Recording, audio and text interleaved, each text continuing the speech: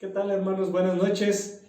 Un gusto poder saludarles en esta noche ya 12 de octubre, donde pues Dios nos permite seguir avanzando con nuestras enseñanzas, con las cápsulas. Hoy por la tarde el pastor Ricardo a las 2 de la tarde con la enseñanza a los jóvenes, y en esta hora un servidor, ¿verdad? Y así sucesivamente los demás pastores, el pastor César, el día de mañana el pastor Rafael, el día jueves nuestro servicio general, ¿verdad? Y el día viernes el pastor Enrique Villegas a las 2 de la tarde, y por la noche el pastor Edgar Perrusquía, y cerramos la semana de las cápsulas con él. Y bueno, pues ustedes saben que el día sábado pues tenemos lo que es el instituto a las 10 de la mañana, ¿verdad? Transmitido vía Facebook, vía YouTube, y Mujeres de Fe a las 12 del día, para que usted esté pendiente como siempre, para que usted esté atento y para que usted siempre esté ahí pues dispuesto a seguir avanzando y creciendo en el Señor a través de todas estas enseñanzas. Así que en esta noche, ¿qué le parece si vamos a nuestra cita del día de hoy, que es Apocalipsis capítulo 2 versículo 17? Apocalipsis capítulo 2 versículo 17 dice de la siguiente manera: y el que tiene oídos, oiga lo que el Espíritu dice a las iglesias. El que venciere, daré a comer del maná escondido, y le daré una piedrecita blanca, y en la piedrecita escrito un nombre nuevo, el cual ninguno conoce sino aquel que lo recibe. ¿Sí? Entonces, esto es nuestro texto base, y estamos estudiando la carta de Pérgamo, ¿sí? La tercera carta, y nuestro tema del día de hoy es la recompensa de la fidelidad, y sería la tercera parte. Esta sería la tercera parte y la última parte de esta carta. Así que el día de hoy terminamos de ver lo que es la carta a la iglesia de Pérgamo. Y entonces en esta noche vamos a estar viendo dos cosas, ¿verdad?, que nos muestra o que Jesús promete a esta iglesia. Son dos cosas que le promete a la iglesia, a los creyentes de Pérgamo, ¿sí? Y esas cosas son: número uno es el maná escondido; número dos, una piedrecita blanca, ¿sí? Y el maná aparece en la historia del Antiguo Testamento, y la piedrecita blanca es un símbolo que extrae de su situación, ¿verdad?, actual en la época romana. Sí, todos conocemos y hemos escuchado hablar del maná a lo largo de lo que es el Antiguo Testamento, y entonces el maná, hermanos, fue algo con lo que Dios pues alimentó al pueblo de Israel en el desierto. Recuerden la historia, el Salmo 78, 24, capítulo 78, versículos 24 y 25, en la nueva versión, nueva Biblia viva, nos dice de la siguiente manera: Él hizo llover sobre ellos maná para comer. Él les dio comida del cielo, pan de ángeles comió el hombre. Les mandó comida hasta saciarlo. Eso es algo que nos menciona el Salmo 78.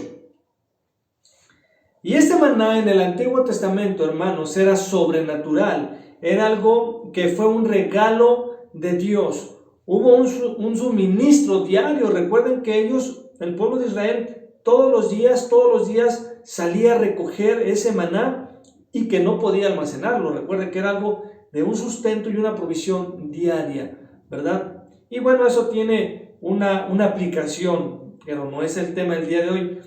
Y esto siempre fue algo que fue suficiente para satisfacer las necesidades de ¿quiénes? Pues de todo el pueblo, ¿sí?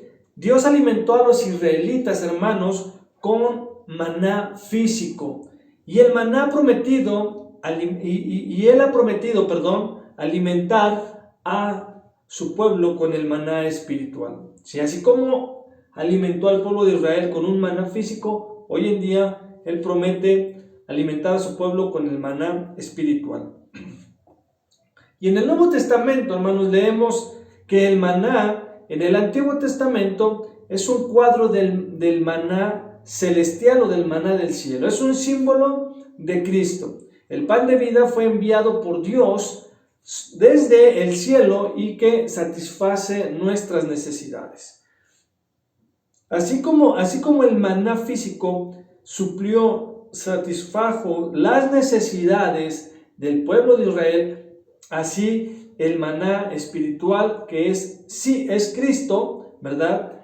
Él satisface nuestras necesidades el día de hoy. Entonces vamos a leer algunos versículos que Juan nos menciona en el capítulo 6 del Evangelio de Juan, y vamos donde Jesús habla respecto a esto. Entonces vamos a Juan capítulo 6, versículo 31 al 33 y 35. Dice de esta forma: nuestros padres comieron el maná en el desierto, como está escrito, pan del cielo les dio a comer. Y Jesús les dijo: de cierto os digo, no os dio Moisés el pan del cielo, mas mi Padre os da el verdadero pan del cielo. Porque el pan de Dios es aquel que descendió del cielo y da vida al mundo. Yo soy el pan, el versículo 35, yo soy el pan de la vida. El que viene a mí no tendrá hambre, y el que cree en mí nunca tendrá sed. Entonces decíamos que ese pan, ese maná, el día de hoy, es el simbolismo de Cristo. Y Cristo y Jesús mismo, pues habla en estos versículos, ¿verdad? De ese alimento que Él nos ofrece a través de su persona, a través de Él. El maná que Dios le dio al pueblo de Israel, hermanos, pues era solo alimento físico, como les decía hace un rato. Solo los sustentaba temporalmente. Era algo que los estaba sosteniendo temporalmente. En el versículo 50 y 51 de este mismo capítulo de Juan, Jesús dijo: este es el pan que bajó del cielo, para que el que de él coma no muera. Yo soy el pan vivo que descendió del cielo. Si alguno come de este pan, vivirá para siempre. Y el pan que, dice Jesús, yo también daré por la vida del mundo, es mi carne. En los versículos 57 y 58 Jesús dijo de esta manera: como el Padre que vive me envió, y yo vivo por el Padre, asimismo, el que me come, él también vivirá por mí. Este es el pan que descendió del cielo, no como el pan que los padres comieron y murieron. El que come este pan vivirá para siempre. Amén. Ahora, este pasaje es bastante repetitivo en lo que Jesús está hablando y en lo que Jesús está diciendo. Y podemos ver, ¿verdad?, a nuestro Señor Jesucristo diciendo: yo soy el pan que bajó del cielo, yo soy el pan de vida, yo soy yo soy el don de Dios. Yo no soy como el maná que tenían en el Antiguo Testamento. Eso es lo que Jesús está diciendo. Yo no soy como el maná que tenían en el Antiguo Testamento, que satisfacía físicamente por un día, y luego tenían que conseguir más y finalmente morían, ¿sí? Sino que Él dice: yo soy el pan del cielo, que si tú comes de mí, dice Jesús, tendrás vida eterna y nunca morirás. Es decir, el maná de hoy, el maná que es Cristo, ese no te hace perecer como el maná físico. Él lo dice una y otra vez en estos textos, ¿sí? Y la razón es porque Él quiere, hermanos, que nos quede totalmente y completamente claro en nuestras mentes, que lo entendamos completamente, ¿sí? El maná en el desierto mantuvo a los hijos de Israel vivos, les proporcionó un sustento físico, pero es una imagen de Cristo, amén, que nos da la vida y nos provee sustento espiritual. Así que cuando Jesús dice, hermanos, yo daré a los que venzan a comer el maná escondido, lo que habla la iglesia de Pérgamo, cuando lo que leímos hace un momento, yo daré a los que venzan, ¿verdad?, hablando a la iglesia de Pérgamo, les daré a comer del maná escondido. Lo que Él está diciendo, o lo que Él está hablando, es de la comunión con Él mismo. Habla de una intimidad y habla de una comunión con Él, ¿sí? Si dejamos la comunión con el mundo, si tú dejas la comunión con el mundo, hermano, vas a tener comunión con Cristo eternamente. Si te vacías del mundo, te vas a llenar de Cristo, pero si te vacías de Cristo, te vas a llenar del mundo. Entonces lo que Jesús dice: al que venciere, yo le daré a comer del maná escondido, es decir, voy a tener una comunión con Él, habla de una intimidad con Él, de una relación mayor con Él, ¿sí? Pero para que esto suceda, tú tienes que dejar la comunión con el mundo, las cosas que el mundo te ofrece, las cosas en las cuales has sido enganchado por el mundo, para poder tener una comunión con Cristo eternamente. Amén. Entonces, hay muchos que menosprecian esa comunión. ¿Y por qué? Lamentablemente hoy en día hay muchos que menosprecian esa comunión, no tienen en poco esa comunión con Cristo. Pareciera que la recompensa a la fidelidad que podemos demostrar a Dios, que podemos demostrar a Cristo, no les interesa, ¿sí? Y hay muchos que menosprecian esa comunión. ¿Por qué? Porque prefieren tener comunión con el mundo, ¿sí? Porque no quieren negarse a sí mismo.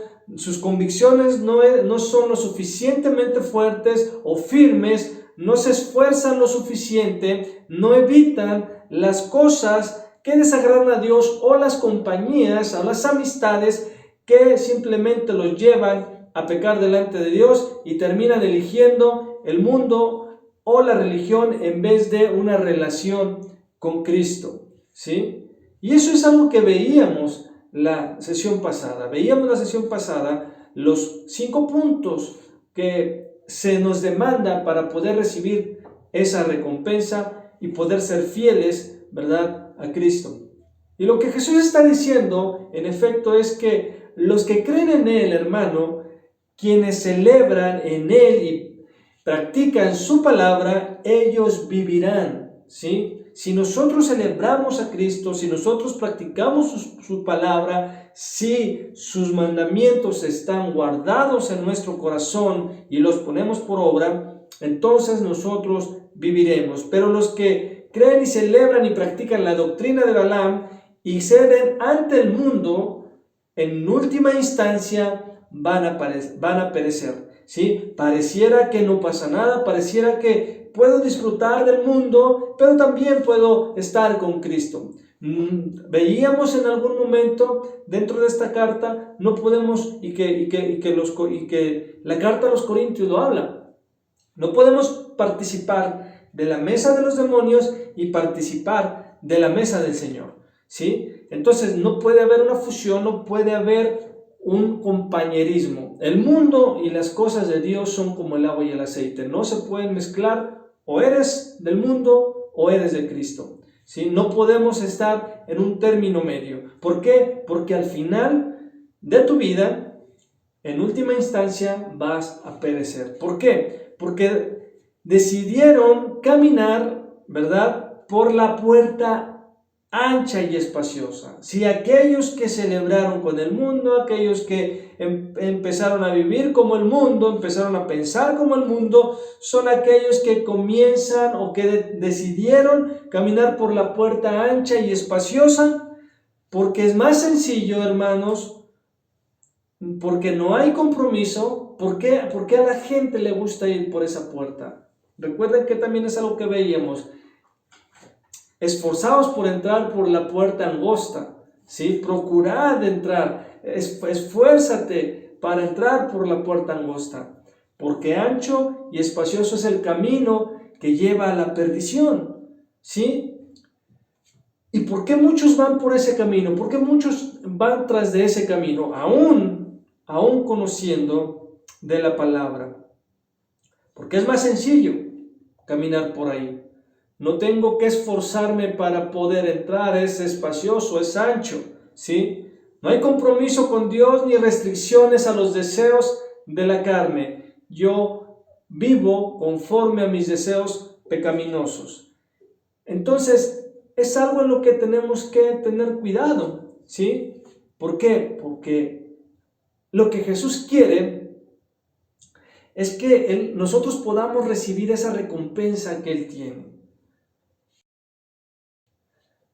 Entonces los que creen en Él, quienes celebran con Él, y obviamente pues van a recibir esa recompensa. Entonces Jesús dijo a esta iglesia: si ellos no se arrepienten, recordemos, si ellos no se arrepienten, vendré con la espada de mi boca y los destruiré. ¿Sí? La pregunta es: ¿quieres vivir? Es la misma pregunta que se pudiera haber generado en ese entonces en la iglesia de Pérgamo. ¿Qué quieres? ¿Quieres vivir o quieres perecer? ¿Sí? Entonces, si queremos vivir, pues necesitas apegarte al maná celestial, ¿sí? No te comprometas, no cedas ante el mundo, no te comprometas con el mundo, no cedas ante el mundo, espera una mejor comunión con Dios. Y si queremos vivir, pues hay un precio que pagar por ello, porque queremos la recompensa sin esfuerzo, ¿sí? Y eso no puede ser. No podemos obtener una recompensa sin esforzarnos. ¿Quién de los que trabajamos, ¿sí?, va a su trabajo y espera que el fin de semana llegue la paga sin haber hecho nada? No se puede, no se puede. Entonces, si queremos vivir realmente, recibir esa recompensa de a la fidelidad, pues entonces tenemos que esforzarnos, tenemos que anhelar el maná celestial, ¿sí? Tenemos que apegarnos a ese maná celestial y dejar de comprometernos con el mundo, dejar de coquetear con el mundo, dejar de amoldarnos al mundo, desechar las doctrinas, las doctrinas falsas, desechar de nuestras vidas esos impulsos y esas pasiones carnales que no nos llevan a nada bueno. Entonces, este maná escondido, hermanos, es algo que no se puede ver. Es invisible, pero es real, ¿sí? Este alimento espiritual está oculto a los ojos del mundo incrédulo, está oculto ante los ojos del mundo que es incrédulo. No tienen ojos para ver a Cristo, ¿sí? Ellos pueden entender ellos no pueden entender, ¿verdad?, cómo nos puede satisfacer a nosotros ese maná tan profundamente que no tenemos que deleitarnos en los encantos engañosos de este mundo. Y por eso, cuando tú caminas en una vida en santidad, en rectitud delante de Dios, ¿qué es lo que sucede? La gente te empieza a decir que ya te volviste amargado, porque la forma de disfrutar la vida es totalmente diferente, la forma de vivir la vida es totalmente diferente, porque el mundo no tiene los ojos, no tiene los sentidos, ¿verdad?, para ver en la satisfacción profunda que Cristo nos da. Porque su forma de satisfacerse, su forma de ser felices del mundo, su forma de buscar la felicidad simplemente es en el pecado, en el tomar, en el bailar, en ir a las fiestas, donde solamente hay corrupción, donde solamente hay pecado, hay lujuria, hay lascivia, hay adulterios, hay fornicaciones. Para ellos esa es su forma de disfrutar la vida, de disfrutar esta vida. Porque no alcanzan a entender, porque son incrédulos, ¿verdad?, que la manera tan profunda de que Cristo nos satisface, que no tenemos que estar deleitándonos en los encantos engañosos que el mundo ofrece, ¿sí? Así que Jesús desafía a los creyentes, los anima a ser fieles. Eso es lo que lanzaba el reto Jesús a la iglesia de Pérgamo, y es la misma que nos hace el día de hoy. Nos anima a ir hacia adelante, ¿verdad?, en esa celebración, en una fiesta celestial. El maná escondido y a practicar, ¿sí?, la autonegación, el negarnos a nosotros mismos. Entonces Jesús nos hace ese desafío, ¿verdad?, a poder ser fieles a Él. Los que dicen no a las concupiscencias de la carne y se niegan a dejarse seducir por las cosas mundanas, por las cosas ilícitas, por las cosas que producen placeres sensuales o sexuales, los que están dispuestos a renunciar a los placeres temporales. Entonces Jesús hace esa invitación a esa autonegación, ¿sí? A esa autonegación, a renunciar a todo aquello que esté estorbando para poder ser fieles a Cristo y poder recibir ese maná escondido que Él tiene para nosotros. Él dice, obtendrán placer eterno en la presencia de Dios. Es lo que Jesús nos está diciendo. ¿Por qué? Pedro dijo, ¿de qué le sirve al hombre ganar todo el mundo, poder obtener todo lo que quiere, hacer todo lo que quiere, si al final su alma se pierde? No vale la pena, nada de lo que el mundo pueda ofrecer vale la pena para romper nuestro pacto, romper nuestra fidelidad a Cristo, romper nuestra fidelidad a Dios, ¿sí? Entonces la segunda cosa que vamos a ver que en esta noche y que este pasaje nos enseña es que Él dice, al que venza le daré una piedra blanca con un nuevo nombre escrito en la piedra que nadie conoce sino el que lo recibe. En esta parte del texto, hermanos, se han ofrecido muchas sugerencias, ¿sí? Hay una gran cantidad de interpretaciones, hay una gran cantidad de explicaciones referente a este punto. El hecho es que no sabemos con exactitud el significado a ciencia cierta, ¿sí? Sin embargo, ¿verdad? Una piedra blanca tenía diferentes usos en el mundo antiguo. Este concepto, hermanos, habría sido familiar para los creyentes del primer siglo en Pérgamo, lo que vamos a recapitular un poco a la introducción de esta carta, ¿sí? Pero esta parte era muy familiar para ellos, para los creyentes en Pérgamo, a los cuales, ¿verdad?, recibieron esta carta. Así que solo vamos a dar algunas definiciones de lo que pues pudiera significar y conforme al contexto cultural e histórico de lo que es esta carta, ¿sí? Entonces, como ya lo mencionamos, hay varias interpretaciones y explicaciones referente a este punto. Y como les decía en la introducción, que vimos cuando iniciamos esta carta, los jurados, recuerden que los jurados votaban echando piedras en una urna. Ellos echaban piedras en una urna, ¿sí? Perdón, hermanos. Ellos echaban piedras en una urna.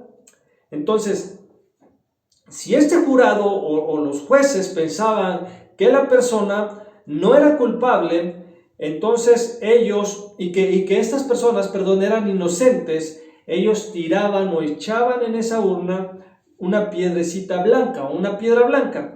Pero si pensaban lo contrario después de haberse expuesto al juicio, si ellos pensaban que la persona era culpable, tiraban una piedra negra, ¿sí? Luego iban a buscar la piedra en la urna y si había más piedras blancas que piedras negras, ¿sí?, era absuelta la persona de todo castigo, de toda acusación.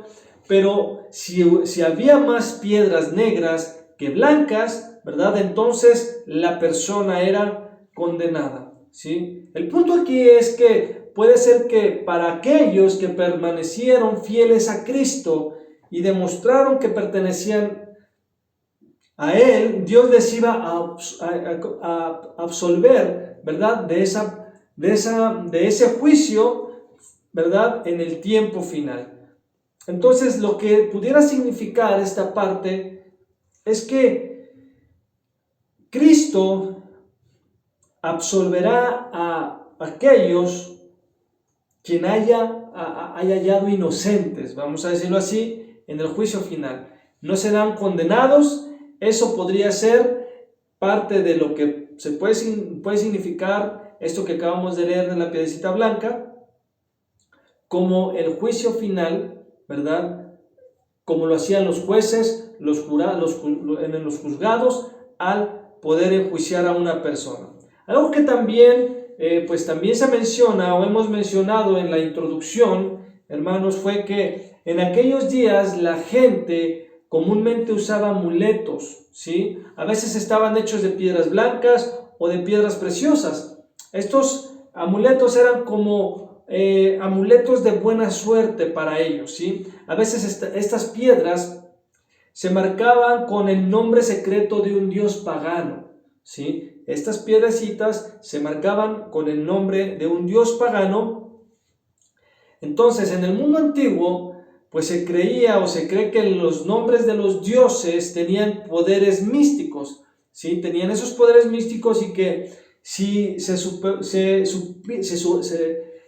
podía saber el nombre de este dios pagano, el nombre secreto de ese dios, ¿qué sucedía si es que el nombre era descubierto o era mencionado? ¿Sí? La creencia es que sus poderes de ese dios pues se ponían como a la disposición de la persona.